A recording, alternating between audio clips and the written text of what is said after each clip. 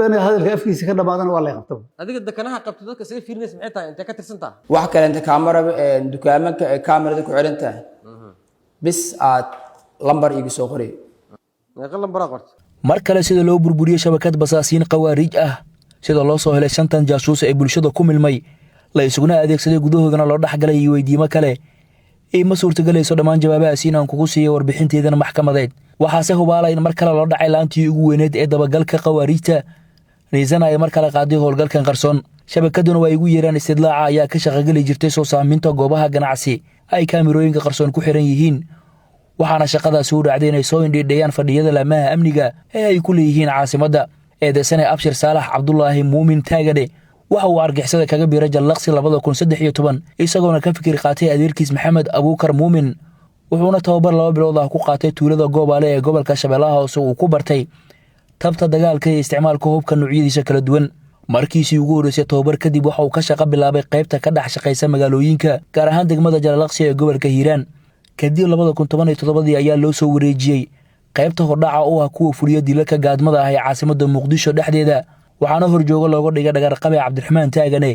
kaasoo u dirsan jiray indhaynta goobaha ay dambiyada ka geysan rabaan argagixisada ka shaqayntiisa jaajuusnimada faykoon taargadeedu tahay ma 3 ayaa lagu iibiyey inuu ku qabto shaqooyinka loo diro waxaana uu indhayn kusoo sameeyey jigboontiyo ku yaala xaafadda oodweyne oo ay ka horgalaan ciidanka booliis militaro gaar ahaan agagaarka isbitaal kaamil sidoo kale dukaamada ay ku xiran yihiin kaamirooyinka qarsoon ayuu ka gudbin jiray xogaha sida magaca dukaanka shakhsiga iska leh iyo lambarkiisa waxaana uu la wadaagi jiray horjoogaha qawaariijta uga wakiilka ah qaybta dabagalka ee cabdiraxmaan axmed xasan taagane oo isna amri jiray in lagu howlgalo xogaha uu keeno dhagarqabe abshir sanahani wuxuu argixisada ku biiray 2013 wuxuuna kaga biiray jallaqsi waxaa ku tashkiiliyey adeerkiis maxamed abuukar muumin oo ka tirsan argixisada asagana wuxuu tababar 2 bilood ku soo qaatay tuulada goobaale ee gobolka shabeellada hoose waxaan la soo baray tabta dagaalka iyo hubka noocyadiisa kala duwan markuu tababarku u dhamaaday eedeysanaha waxaa loogu wareejiyey qaybta xisbada ee ka howlgasha jallaqsi wuxuuna ka shaqeynayay ilaa 2017 kadibna waxaa loo soo wareejiyey qaybta dilalka gaadmada ka fulisa gobolka banaadir waxaana horjoogo looga dhigay dhagarqabe cabdiraxmaan axmed xasan taagane waa dhagarqabaha hadda maqanaha ah ee laamaha amniga ay ku raajoogaan kaasoo u dirsan jiray indhaynta goobaha ay dambiyada ka geysan rabaan eedeysanaha goobihii loo diray ee uu soo indheeyey ayaa meeshaan ku soo koobnay wuxuu indhayn ku soo sameeyey jagboynti ku yaallo xaafadda oodweyne oo ay ka howlgalaan ciidanka booliisi militaro wuxuu indhayn ku soo sameeyey jagboynti ku yaallo isbitaalka kaamil ee xaafadda oodweyne oo ay ka howlgalaan ciidanka booliisi militaro wuxuu indhayn ku soo sameeyey 3 dukaan oo ku yaallo isgoyska oodweyne kuwaasoo ay ku xiran yihiin kaamirooyinka qarsoon ee CCTV sidoo kale eedeysanaha wuxuu indhayn ku soo sameeyey wado interlog laga dhisayay oo ku taalo degmada Daynile waaxda barwaaqo gaar ahaan wadada Alhuda isagoo nambarka injineerka dhismaha u gudbiyay argixisada intaan oo shaqo eedeysana abshir wuxuu u gudbinayay cabdiraxmaan taagane oo ah horjoogi asaga ka sareeyay isla abshir wuxuu cabdiraxmaan u qabtay shaqo kale oo aad u muhiimsan oo ah inuu shabakadan istidlaaca ah ku soo daray seedigiis walaashiis qabo ee eedeysanaha labaad ah ibraahim inuu shaqadan ku soo daray ayuu u qabtay eedeysane abshir eedeysanaha wuxuu argixisada ugu shaqeynayay aase cover ahaan mootadan feekonta ah oo taargedeedu uu yahay M3J Evershan argixisada ayaa iska leh mootadan dooda aan ka qabo waxay tahay aniga shabaab waqti xaadirkan hadda la joogo kamid mi ihi shabaab hore waa u soo maray waa la shaqeeyay muddo 2 sano ah aan la shaqeynay kadibna 2016 shabaab aragooda iyo meel ay joogan ugu dambeysay markaas maxaa qaban jirtay wixii ka dambeeyay waa iska xamaalanayeen xamaaliyo xoogiisa ku nool waxaan ahay oo muqdisho ka qarabto markii aad la shaqeynaysay 2000 labadee sano waa labadee sano labada kun toban iyo saddexda ilaa iyo labada kun shan iyo tobanka afar iyo tobanka meelahaas aye markaas maxaa u qaban jirtay xisbaan ah markaas ama booliis waxa loo yaqaan adiga markaa ka soo tagtay ma is diiwaan gelisay oo nidaamka oo dadka ka haray falalka argixisada ma martay mudane gudoomiye xilligaas aniga nafsadeyda waa u baqay marka imaal alla ay ku dhibaateeyaan darteed mana is diiwaan gelinin muqdishaan imid waxaan aan maagay haddii nimanka ka soo baaday xilli 10 sano ka hor wax koror ma lahan kulley haddana eedda lagu soo jeediyey eedaas inaan ka mid ahay taas dacwo kama qabo oo waa qirsanahay laakiin eed hadda aan ka tirsanahay al-shabaab ma jirto ismana diiwaan gelino meelaha diiwaan gelinta soo ma marin qofkan kale maxaa isku tihiin oo kugu xigo ibraahim mahabreedana maxaa kale isku tihiin siidigii waa waasaceen ibraahim hadalkiisa ma dhegeysanayno waa dhegeysanaysa fiican haye asagana maxay tahay jawaabtiisa ibraahim hadalkiisa waxaa iga jiro ninka aniga horta waa isoo wacay shaqo waa ii bandhigi laakiin waa ka diidiyo shaqo kama ogolaanin ninka liirada cabdiraxmaan haye oo kadii shaqo iga diidiyo wuxuu yiri ninkaas lambarkiisa ii sheeg ninkee ibraahim lambarkiisa ii sheeg aha ibraahim lambarkiisa u sheegay labadiin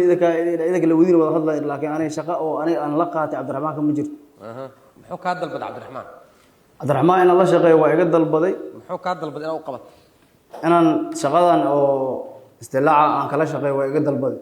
maxaa la istilaaca sidii jagboondiyada kaleeta iyo kaamirooga in istilaac waa iga dalbay laakiin aniga kama ogolaan waa ka diiday haddaa iga diiday wuxuu yidhi ninkaas lambarkiisa ii sheeg ninkaa lambarkiisa u sheegay ayagaa wada macaamil eedeysane ibraahim maxamed sheekh cusmaan ayaa laga qoray ceelasha biyaha 11kii bishii 9 2011 waxaana uu isla ceelasha ku maray tababar 45 cisho ah isagoona la baray isticmaalka hubka noocyadiisa fudfudud markii uu dhamaystana waxaa loo wareejiyey qaybta xisbada ka howlgalasha ceelasha biyaha muddo kadibna waxaa laga dhigay amiiru dacaam ama cunto kariye eedeysane maquuste 2024 ayaa siidigiis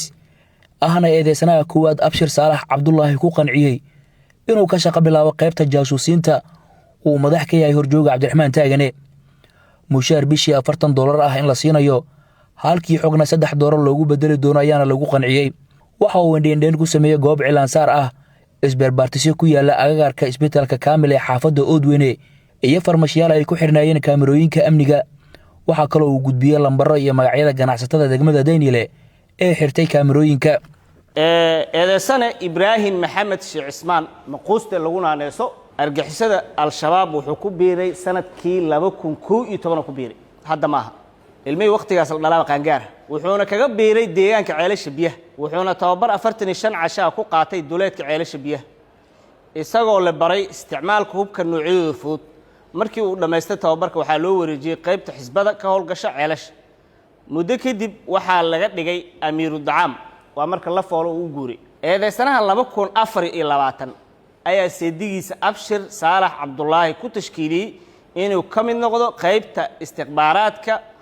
oo uu madax ka yahay cabdiraxmaan taagane waxaana loo bilaabay mushaar $40 bishii iyo sidoo kale mootaraac $3 ah inta uu shaqada ku jiro ah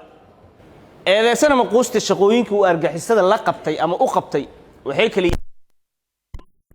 wuxuu indheendheen ku sameeyey kaamirooyinka dukaamada ku yaallo xaafadda oodweyne wuxuuna horjoogihiisa u gudbiyey dhammaan nambarada iyo magacyada dukaamada ku xiran kaamirooyinkaas sidoo kale wuxuu indheendheen ku sameeyey goob cilaansaar ah sbeer baartis ku yaallo agagaarka isbitaalka kaamil ee xaafadda oodweyne wuxuu indheendheen ku sameeyey farmashi la dhaho ciyaadatul ixsaan oo ku dhow isbitaalka kaamil wuxuu soo sahmiyey fariisimaha ciidamada ay ku leeyihiin degmada dayneele iyo guryaha ay degan yihiinba wuxuu soo indheendheeyey ganacsato degan deegaan ahaan gubta ee suuqa bakaaraha ka ganacsato isla markaana kaamirooyin ay ku xiran yihiin ganacsigooda shaqadan aaday muhiim u tahay eedeysana cabdiraxmaan taagane wuxuu raadinayey ganacsato degan degmada dayneele ee bakaaraha ku leh ganacsigaasoo kaamirooyin ay ugu xiran yihiin amarkeeniyaa fulin weysay waa ku dilaynaa macnaha eedeysanahan marka nambaradooda iyo macluumaadkooda magacyadooda iyo kaamirooyin inay ku xiran yihiin uu u soo xaqiijinaya shaqadan kale farmashigan kaamira ku xiran isagaa loo diray wuu soo fiiriyey waxaa la yaab leh goob cilaan saar xataa uu soo fiiriyay eedeysanaha laga shaqaysto yiri kaamira ku xiranay macnaha argixisada meel ay ka dayrinayaan maba jirtaba intaasoo shaqo ayaan ku soo koobnay eedeysane maquuste al-shabaab waa ka mid noqday istitlacna waa noqday waa sax laakiin waqtiga la soo qabanayay kama tirsaneen holo ii diray oo inaan dad dabagala ah yaa shabaab kan mid noqon ku dhah shabaab waxaa galabaha ka mid ah anoo casirka soo degtay ninkan abshire oo ii wacay wuxuuna igu dhahay abshirkii hadda kaa royaa abshir saalax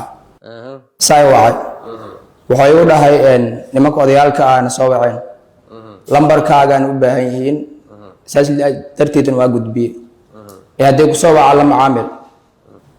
Oktoobar 25keedii 2024 ee ahayd markay soo wacayeen bisha 12aad 30keedina waa la soo qabtay aniga ayagana waxaa is diidnay bisha 12aad 10keedii aan ka aray si bareer u sheegay inaan la shaqeeyay oo shaqan raali ka ahayn marka may qabilaan la shaqeynaa tiri billi bara la shaqeeyay maxaa mushaar ku siiyeen lacag ku siiyeen lacag mushaar leema bilaabin laakiin lacag bishii 11aad oo ay soo wacayay markii ahayd 4 wuxuu dhahay lacag oo waxa ku soo tuura oo aad kirada isaga dhiibtid laakiin ma gaarin lacag bil qaadasho 4 bilood lacagta lagu qaatay ugu dhahay 4 bilood markay shaqeysay markaas kadib am mushaar lagu qoraa meeqa lagu soo diray marka kirada isaga bix lagu dhahay $40 ay soo diray $40 lagu soo diray maxaa qabatay marka maxay ku weydiiyeen maxay ku dhaheen nagala shaqeey markuu kula hadlaayo maxaa sa qabatay markuu soo wacay wuxuu dhahay wax weyn laga marabo inaad shaqeysatid oo aad faryaamada waa ogsoonahay macluumaadkaada u dhameystirna waa hayaa wax kale inta kaamarada dukaamanka ee kaamirada ku xiran tahay bis aad lambar igu soo qoray meeqa lambar qortay 5 lambar qoray maxaa hadda qabataa adiga maxaa qabataa hada faryaama ka shaqeeya faryaamo jiingadle jiingada atlista ya ka hor maxaa qaban jirtay ka hor baawara kirishbuka marka sanadkii hadda la soo dhaafay ahayd sanadkii hadda la soo dhaafay marka oo abshir ku dhahay sanadkii hadda la soo dhaafay Oktoobar 25keedii ahayd Oktoobar 25keedii 2024 waa la hadlay wuxuu ii sheegay in oo camalka uu baahan yahay aan la shaqeeyo habeenkii xigta teleefankayga simikaar oo aan ii dansanaay oo aan isiga labadeena bis ku xiriiri jirnay guriga laga doonay simikaarka la keenay kadib teleefanka waa sidaa loo daaray teleefanka soo daaran oo soo wacay waa la hadlay waa la sheekaysay waxaa dhacday inuu hool ii diro oo ilaahay xaafada tag geedka meel hebel ku yaalo ciidanka joogo oo la soo tababaray qoryamo wada marka ciidankaas 3 ilaa iyo 2 waxaad ka aragtid inuu soo sheeg ana ii tilmaamay soo ana qof u tilmaamanahay ana markaas ciidan ay la socday ilaa iyo 15 askari oo baskoradle waan u tilmaamay 2 wiil oo godka jilco laga waday aan u tilmaamay gaar ahaan ilaalada shacabka waan u tilmaamay 2 wiil meesha la fadhiisay 2 wiil si fiican u tilmaamay qof yimaad ma aqaanay oo soo wacay kadib wuxuu dhahay nimanka ay tilmaamtay waa arkay laakiin ninka odayga ahaay ciidan ay ga qashqashaaday qof soo diray macna miya qof soo diray qofku soo diray marka wuxuu dhahay ciidan ay ga qashqashaaday ciidanka 2 askari ah meesha marayeen oo tuuteysan marka waxa laga shakiyay Abbas Ali Warsame iyo wiil kaleente oo hadinta joogo laga shakiyay 2 wiil la soo waday marka adiga marka tilmaam lagu dhahay qof kale oo si xaqiijiya la soo diray miya maalintii labaad oo shaqada aadina la soo qabtay Yusuf Umar Yusuf telefonkan oo faansiiba telefonka muxuu ahay oo kaligiisan kala hadla dhaadiya si lagu geedo muxuu macnaha ما يلمبر سمكار وبس ما حويها معناه ليها مركب سمكار يعني خوف كله أنت إنه كصابع أو مشغول أو نقول مريب يصير مركز سيلي لا مركب سمكار جوني أو جاب سنة بس لي وسمكار شقو سمكار عادي سمتل قفوا مقنع ولا حريرة أو كهجاي مية qof kale laguma talagelin in laga hadlo maya eedeysane cumar yuusuf maxamed cumar 67 jirkan 1977 ka soo mid ah xoogga dalka Soomaaliyeed horena u wajahay eedaha argagixisnimo ayay mar kale laamaha amnigu soo qabteen isagoo indheendeen ku sameynaya bar control oo ciidamada ah isla markaana uu qadka taleefanka ugu jiro horjoogiisa Cabdiraxmaan Taagane eedeysanahan ayaana isku qarin jiray inuu yahay wada mooto bajaaj waxaana uu ku shaqeyn jiray laba bajaaj oo AEB kala ah argagixisadan ayuu iibisay wax ka khilaafsan ma laha ninkaas macnaha aniga kama tirsani lamana shaqeeyo ninkaas aan isnaqiinay waa soo wacay su'aal uu weydiiyay su'aashu waa ila qaab daraatay markay ila qaab daraatay isla markii shakiya ay galay waana la qabtaba wax kale oo soo yaalana ma jiraan adiga hadda ka hor ma lagu xiray maxaa lagu xiro sameysay maxaa lagu haystay lagu eedeeyay nimaasaan oo kale ugu soo eedeeyay oo lagu eedeynayo oo leeyahay shabaab tahay keeska markaas lagu eedeyna muxuu ahaa maya nin raacay waa mootaan watay mooto soo raacay markuu soo raacana waa jeega laabiya soo wuxuu la galay niman meel taagan oo dharcada shabaab waayo aye waa tii hore waxaan ka sheekeynaa marka shabaab waayo markuu waa la soo waday waa la xiray kaloora fayraski yaa dhacay baalka waxaan galay xabsiga dhaxal leegay xabsiga dhaxan muddadaas joogay 4 bilood 2 biloodna wali waa meelaan ku qaatay 6 bilood anoo qaban ninkii waa la waayay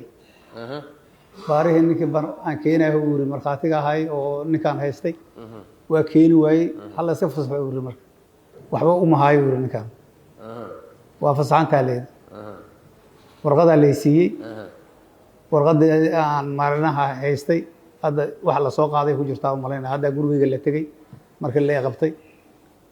wixii mootooyin iyo wixii dukumeenti la soo qaatay taariikhda lagu xiro ma taqaana taariikhda lagu sii daayay oo xabsiga ka baxay taariikhda la sii daayay waxaan malaynayaa 2020 inay tahay bishii 7 meelahaas inay tahay majal bishii labaadna waa la qabtay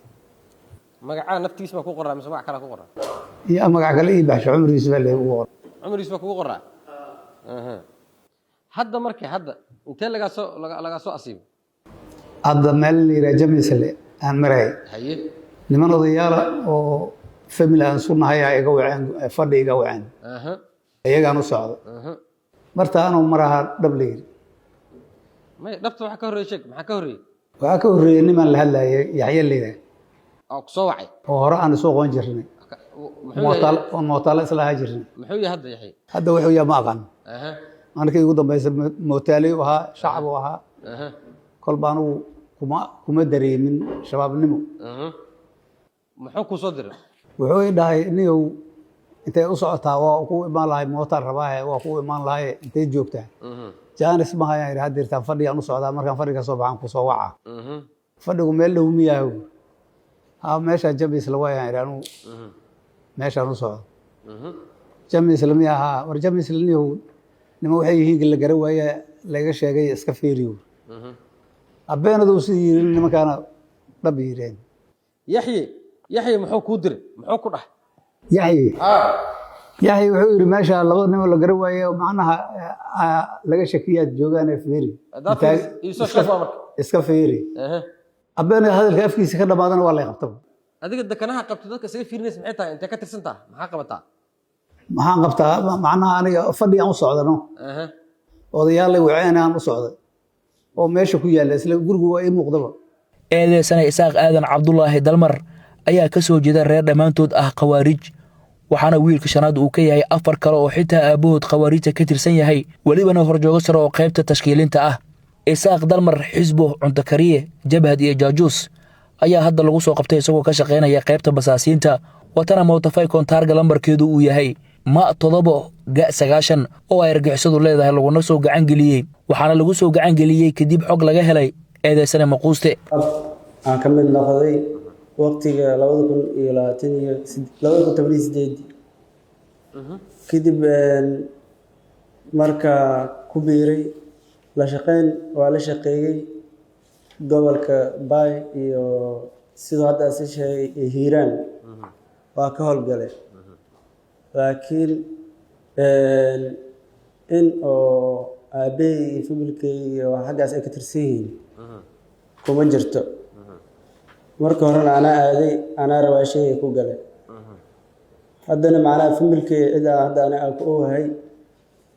oo shabaabnimadaas aan ku ogahay ma jirto. ma nool yahay aabbaha? aabbahay waa nool yahay. inta ma fadhiya ragga inta kale ku jira? maya ma ku jiro. muxuu qabtaa? wuxuu qabto ma aqaan, hadda asaga Ethiopia u jira. waa kaa. goorma kugu dambeysay? mar hore ay ugu dambeysay anoo yar. abshir isku barteen abshir waxaa isku baranay tuulo show la dhaho oo hiiraan ka tirsan. aa ku bartay meesha aan ku arki jiray. maxaa isla ahaydeen markaas? maxaa qabanayseen? markaas wax shaqo oo naga dhexaysay ma lahayn, laakiin meesha wuu joogay. maxaa u wada joogteen meesha? dad tuulo wada jooga ahayn caadi, oo markii fasax lasoo qaato oo kale hal tuulo wada dego. dad tuulo wada degan oo kale waa is yaqaaniin. maya waxaan ka wadaa shabaabka markaas aad ka wada tirsantihiin ma? xagga haa. xaggaa tiin. raggan kalena yaa ka taqaanaa Ibraahim? Ibraahim ma aqaana, aqoon uma lihi, laakiin abshir aniga xaggaa ku arkay, xaggaa ku aqaana. Cabaas Cali Warsame Timijilac 2011 waxa uu nasiib u lahaa inuu helo cafis madaxweyne kadib xukun 5 sano oo kaliya uu ka qaatay 1 sano. nasiib darase mar kale ayaa lagu soo qabtay isagoo indheendheenaya fariisin ciidan ay ku leeyihiin degmada Daynile. weligay horta sida aan u sheegay hore ma aanan raacin,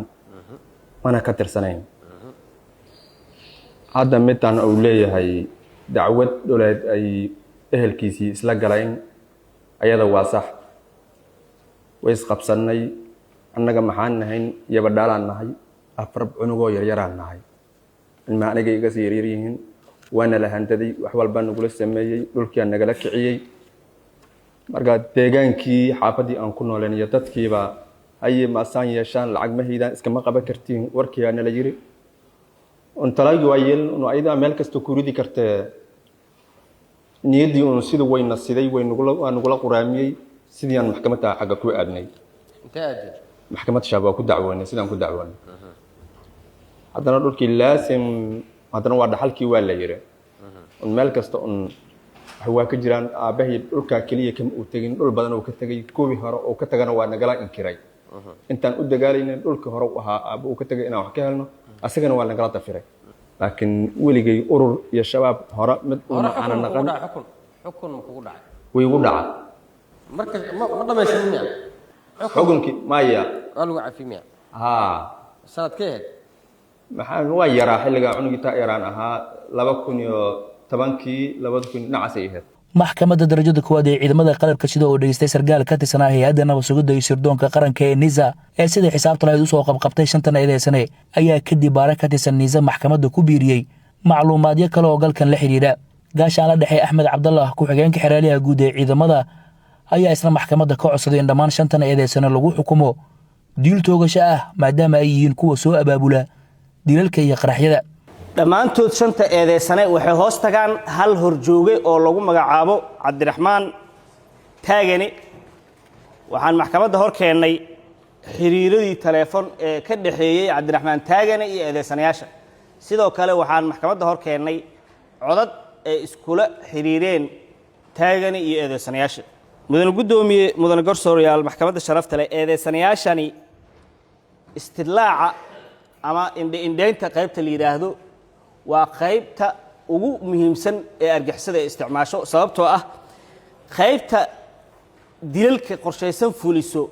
hortood macnaha ayagoon haysanin qaybtan indheynta waxba fulin karaan. sidoo kale qaybta dagaalanta ayagoon haysanin qaybtan indheynta ayagana dagaal ma geli karaan. waa in marka hore ay helaan indheyn. eedeysanayaashani waxay marka hore soo indheynayaan goobta haddii qarax laga fulin rabo ayagaa soo indheynayo. haddii shakhsi dil qorshaysan loo fulin rabo ayagaa soo indheynayaan. inta howlgal ama indheyn oo ay soo sameeyeen maxkamadda ayaan ka hor cadeynay, ayagana qiraal ay ka yihiinoo maxkamadda hortooda ayay ka sheegeen. qaarkood ayaa falal dil ah ka dhacay, qaarkood qaraxyaa ka dhacay. haddaba mudane gudoomiye, eedeysanaha macnaha labaad iyo saddexaad aan dhahay eedeysanaha saddexaad Cumar Yuusuf Maxamuud Casir waa 67 jir. eedeysanaha saddexaad horey waxaa u caddeennay in horey loo soo qabtay 2020kii maxkamadda ciidamada la hor keenay ayadoo loo haayo markhaati furaayo in eedeysanaha uu argixisada ka tirsan yahay isagana uu laamaha cadaaladda uga badbaaday markhaatigaas oo la waayay awgeed markhaatigaasi eedeysanaha bacdamaa loo gudbiyey xabsiga dhexe waxaan ognahay inuu taleefon helaayo uuna qorsheyn karo in markhaatigaas xataa la qaarijiyo balse markhaatigii la waayey awgeed ayuu uga badbaaday in xukun ku dhaco eedeysanaha laakiin xilligaasi waxaa loo haystay in uu dil qorshaysan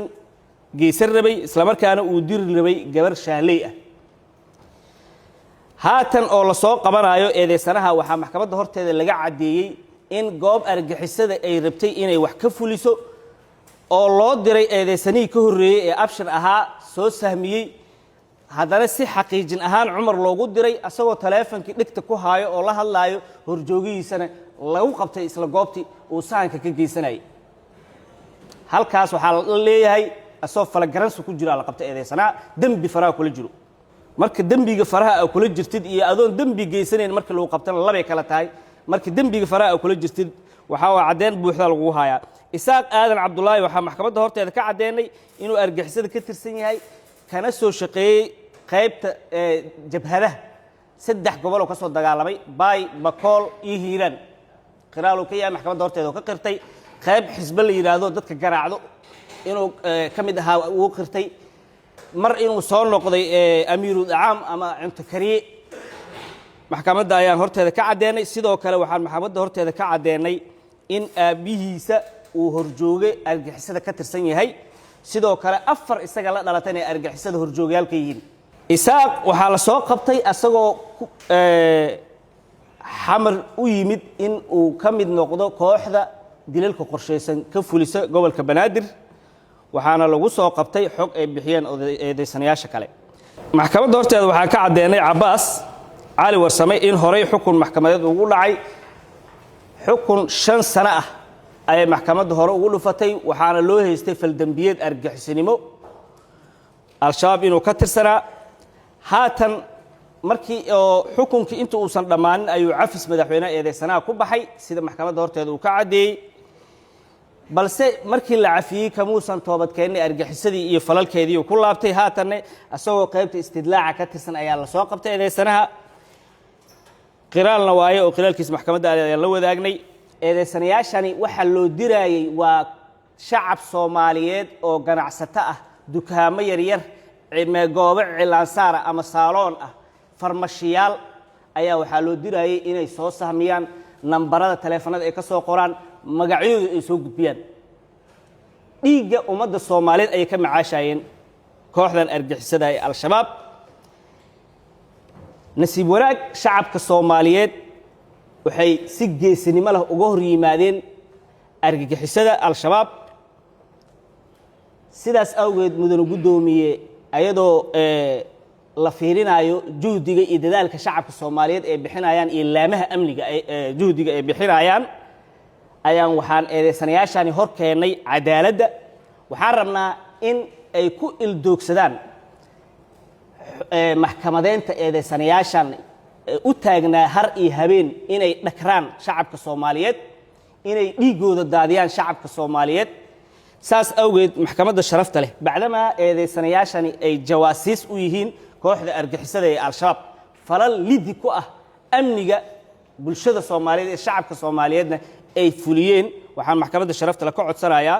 in 5 eedeysano ay maxkamadda ku xukunto dil toogasho ah sida ugu dhaqsiyaha badan ay maxkamadda ugu fuliso maxkamadda sharafta loo maasantaa qaranada difaaca uu ahaa 5 eedeysano ayaa iyana dhankooda dalbaday in muwakkiliintooda maxkamadda ay siiso xuriyadooda waxaan qareen u ahay Umar Yusuf 56 jir ah ku dhashay degmada Eelbuur haddana degan degmada Daynil kaasoo xafiiska xeeraaliyaha guud ee ciidamada qalabka sida uu ku soo eedeeyay qodobka 5aad farqadiisa 3aad qodobka 6aad farqadiisa 2aad iyo 3aad qodobka 10aad qodobka 21aad iyo qodobka 25aad iyo qodobka 32aad xeerka dagaalanka argagixisada eedaas markii maxkamaddu u jeedisay muwakkilkayga wuxuu ku jawaabay inuusan gelinin dambiga shaqana ku lahayn mudan gudoomiye xafiiska eedaas wuxuu ku sheegay inay waafaqsan tahay qodobka 100 qodobka 71aad xeerka habka ciqaabta Soomaaliyeed laakiin shuruudaha qodobkaas uu dhigaayo eedaasu ma waafaqsana sababtoo ah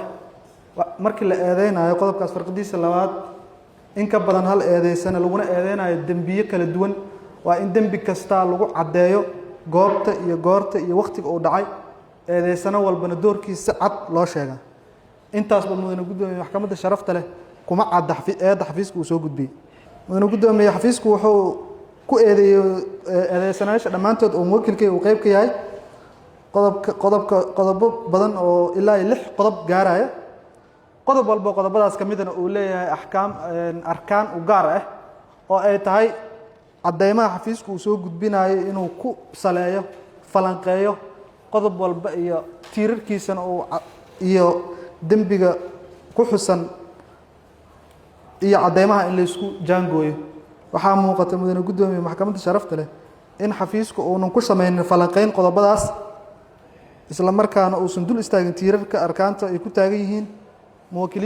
muwakilkayga Cumar Yuusuf waxaa lagu soo eedeeyey inuu ka tirsan yahay ururka al-shabaab gaar ahaan qaybta istidlaaca ama basaas uu yahay basaasnimo mudane guddoomiye waxaa ka hadlaya qodobka 25aad qodobka 25aad oo keli ah iyo qodobka 6aad oo ka tirsanaasho ayaa uga filnaay xeer ilaalinta inay isticmaalaan si eedda waxa uu sheegayo iyo qodobada isticmaalaya ay isku waafaqaan mar haddii qiraalkaas uusan xuraan waafaqsanayn qodobka 149 oo maxkamadda nooga aqoon badan sacad uu sheegaya in qiraal loola joodo hadal uu bixiyay qof eedeysana ah ama la tuhumsana ah hadalkaasna sacad looga fahmi karo inuu dembi galay dembigaas oo lid ku ah asiga intaba mudane guddoomiye lagama fahmayo qiraalkaas loomana isticmaali karo caddeyn lid ku ah muwakilkayga mana la isticmaali karo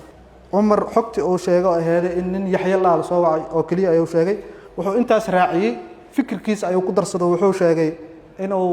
baarista marin habaabiyay isla markaana uu qariyay magaca amiirkiis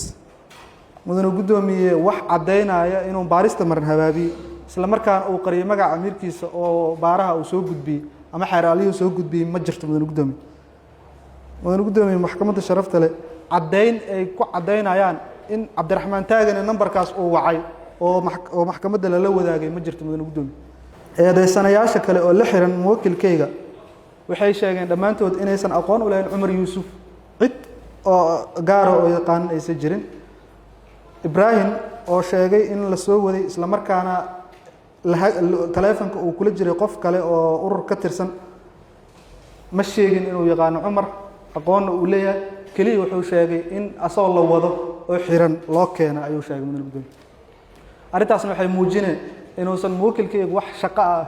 ama shabakadan qayb uu ka yahay iyo door uu ku leeyahay aysan jirin intaas ayaan difaaci uga baxa gabagabadii codsigan waxaa soo jeedinaya qareen kale oo dacwada igula qoran maxkamadda maadsanta mudane guddoomiye eedeysanaha Cumar wuxuu maaragtay waxaa nin oday ah oo dalkan maaragtay wax badan u soo shaqeeyay waagii dawladnimada dalkan ka jirtay maaragtay ka tirsanaa ciidanka xooga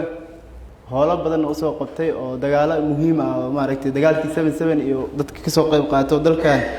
soo badbaadiyay kamid ahaa marka maanta in lagu eedeeyo in oo maaragtay waxyaabahan eedahan oo kale tama mudneen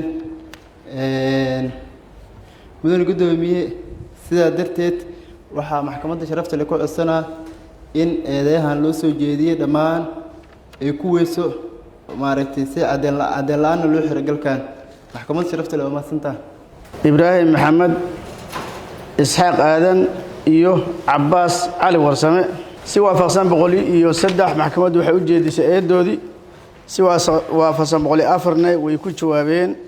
eedeysanaha koowaad iyo eedeysanaha labaad iyo eedeysanaha saddexaad waxay ku jawaabeen 104 faqradiisa koowaad oo ah dood sharciyan ka qabnaa way ku jawaabeen doodii sharciga ay ka qabeen eedda lagu soo eedeeyeen ayaga maxkamadda ka jeediyay maadaama maxkamadda ay ka jeediyeen qiraalkooda maxkamadda loo akhriyay waxaan u gudbahayaa gabagabeyntooda saddexaas eedeysane waxaan maxkamadda sharafta leh ka codsanayaa si waafaqsan qodobka 4aad ee xeerka ciqaabta Soomaaliyeed faqradiisa koowaad xarafka ga inay maxkamaddu u fiiriso qodobkaas oo tilmaamaya sifaalaha dembiga fududeeyo oo garsoorku ka go'aan gaaro maadaama inay shabaab soo mareen ay caddeeyeen hay-adihii sharcigaan aysan isu dhiibin magaaladana joogeen cid ay wax gaarsiiyeen aysan jirinin ka mid noqoshahaas shabaab awgeed inay maxkamadda u fiiriso sifaalahaas Cabbaas Cali Warsame oo eedeysanaha shanaad ah waxaan gelayaa qodobkiisa 16aad way isdifaacay oo mayu isku difaacay taasaan wax yar si baraarujinayaa mudane gudoomiye eedeysanahaasi waa mutahim sida uu sargaalkii la wareysanayana uu sheegay dhacda meel ka dhacdo ku soo dhexdhaco lagu qabtay farmashinna ma daba oolin maxkamaddana wuxuu u sheegay inuu shaqada ka tirsanayn uusan ka mid ahayn qiraal horena kuma sheegin oo qiraalkiisa ka mid maaha inuu shabaab ka mid yahay hadda oo maxkamaddu joogta horteedana kama uusan qiranin inuu shabaab uu ka mid yahay in shacab oo shaqaysanaya buu ahaa xafiiska xiraalintuna uma keenin wax caddayn ah oo inuu shabaab uu ka tirsan yahayna xafiiska xiraalintu ma keenin bal waxay caddeeyaan u adeegsanayeen waxaa weeye eedeysanaha labaad oo maxkamadda horteeda ka sheegay ninkaasi shaqo fuundinimo isku naqaanaa faryaamo dhismo mooyaane shabaabnimo kuma aqaan buu yiri maxkamadda horteeda uu ka caddeeyay maadaama qiraal aan loo hayn caddaynna aan loo hayn oo xafiiska xiraalintu caddaynna uusan keenin qiraalna keenin Cabbaas Cali Warsame si waafaqsan 122 inay maxkamadda ku sii dayso xorriyadiisa dib u celiso caddayn la'aan maxkamaddu ma maasanta gaashaanle sare xasan cali nuur shuute gudoomiyaha maxkamadda darajada koowaad ee ciidamada qalabka sida ayaana ugu dambeyn fadhigan soo xiray cabdi fataax akhyaar warbaahinta qaranka muqdisho